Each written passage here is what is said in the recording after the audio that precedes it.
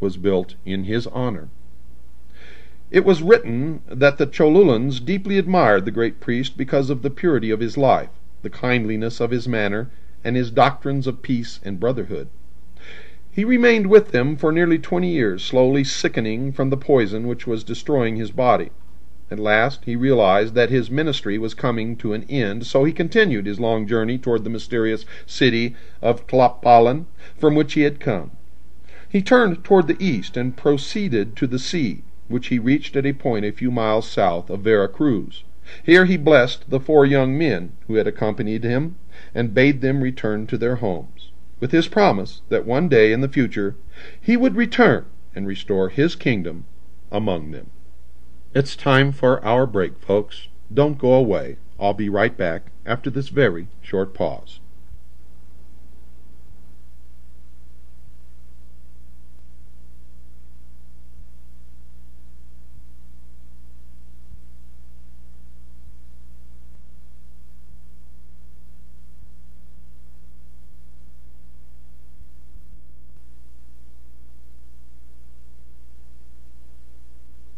Hello, folks. This is William Cooper for Swiss America Trading.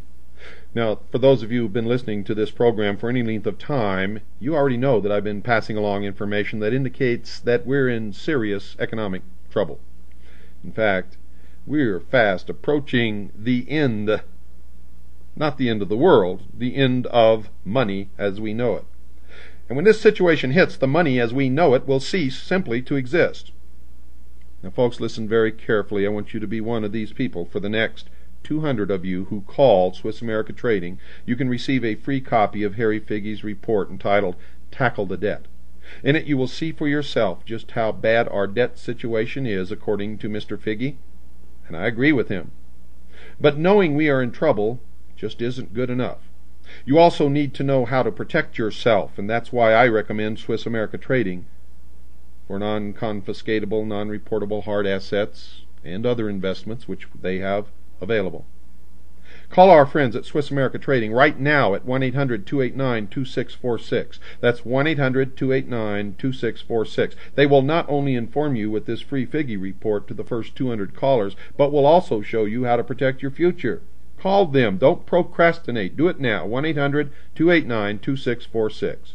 That's 1-800-289-2646. And while you're at it, mention my name, William Cooper, and you will also receive a free newsletter on protecting your future. When the dust settles, folks, and everything is opened to the light of day, where will you stand? Will you be left holding the bag, worthless money, or will you have protected yourself through an investment, a wise investment with Swiss America Trading? Of course, the choice is yours. It always is. Call today, right now, 1-800-289-2646. That's 1-800-289-2646. By protecting your future, you're helping to protect the future of the hour of the time and freedom for the world. Call now. You'll be glad that you did.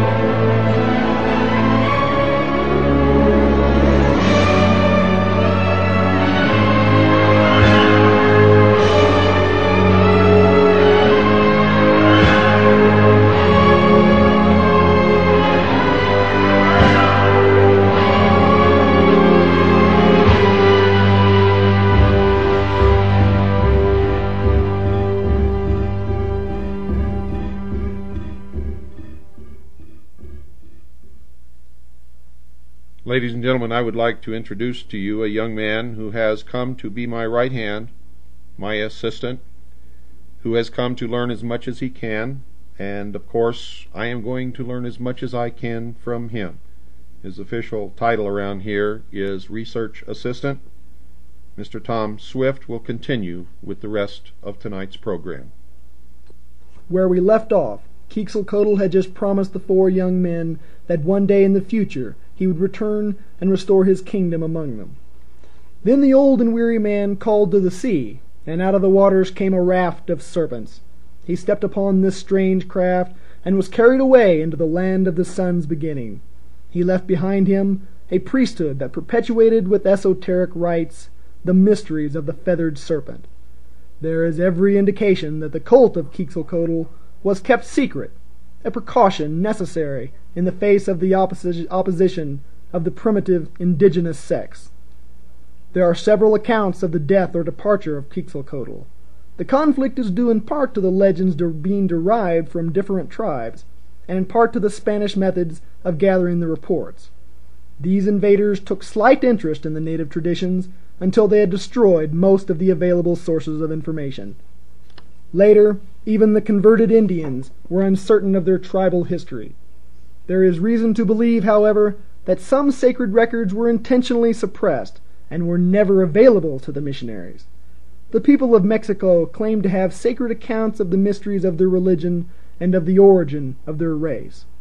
There is mention of the divine book written by Tezcucan, a wise man or wizard whose name means Lord of the Great Hand. This was supposed to contain the account of the migration of the Aztecs from Asia. Baron de Waldeck claimed that the book had once been in his possession. De Bourbourg thought that it was the Dresden Codex, and Bustamante wrote that native historians had a copy in their possession at the time of the fall of Mexico. There is good probability that manuscripts of great value survived the Spanish colonial period and are still available to certain qualified persons. Augustus Le Plongeon, known to the Yucatecans as Great Blackbeard, was one of the few Americanos to be accepted into the confidence of the ever-reticent Indians. They told him enough to convince a thoughtful man of the existence of the esoteric schools in the Mayan area. That sacred mysteries, writes Le Plongeon, have existed in America from times immemorial, there can be no doubt. Even setting aside the proofs of their existence that we gather from the monuments of Uxmal and the descriptions of the trials of initiations related in the sacred book of Quiches, we find vestiges of them in various other countries of the western continent. The rites and ceremonies of initiation were imported to Peru by the ancestor of Manco Capac, the founder of the Inca dynasty, who were colonists from Central America, as we learn from an unpublished manuscript written by a Jesuit father, the Reverend Anelo Oliva, at the beginning of the year 1631 in Lima, and now in the library of the British Museum in London.